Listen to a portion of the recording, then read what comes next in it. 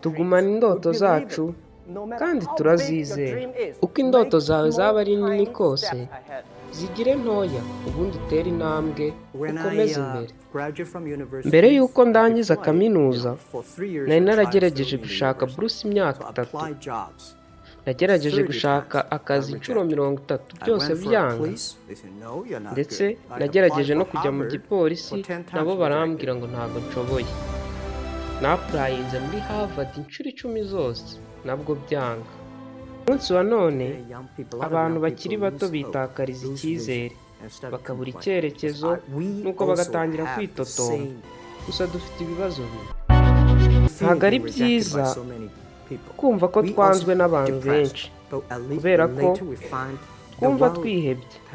Ibyo bigatuma dutinda kuvumbura ko isi yuzuye amahirwe menshi.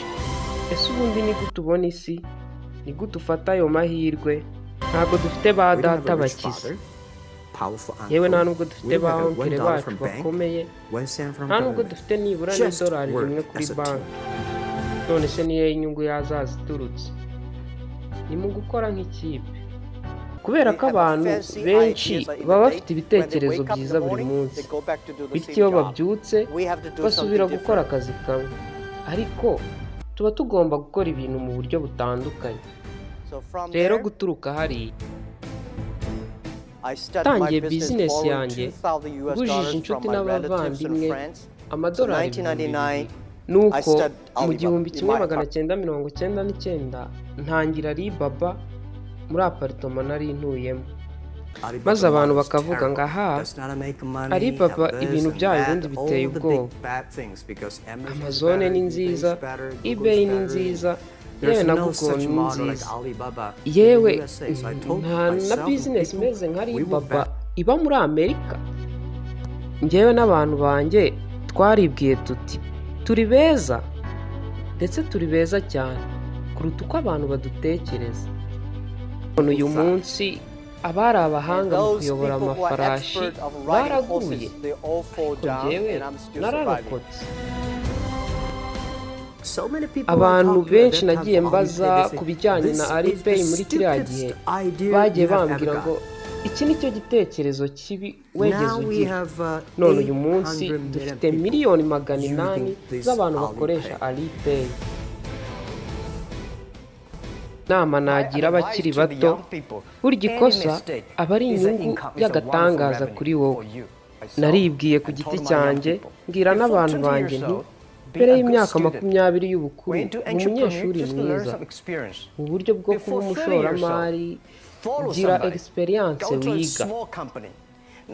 Naho mbere y'imyaka 30 y'ubukuru, gira umuntu ukurikira, wenda ujye muri kampani ntoya.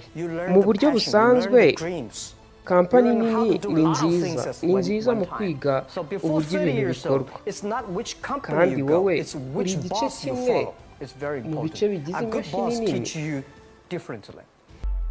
Ariko nujya muri kampani ntoya uziga kwihangana, wige kugira inzozi, ndetse uziga n'uburyo ibintu bikorwa mu gihe kimwe. Ni ukuvuga ngo mbere y'imyaka 30 ikibazo ntabwo aba ari ni iyihe kampani, ahubwo ikibazo aba ari ni uwuhe mukoresha ukurikira.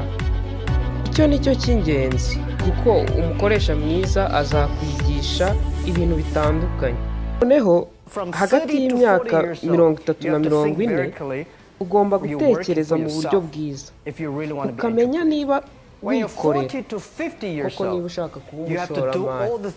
Hanyuma hagati y'imyaka 40 na 50 ugomba gukora ibintu byiza byose ushoboye gukora.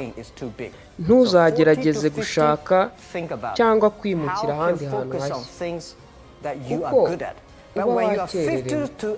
Wenda ahari ushobora guhirwa, ariko nyuma yaho igihombo cyazaba kinini cyane.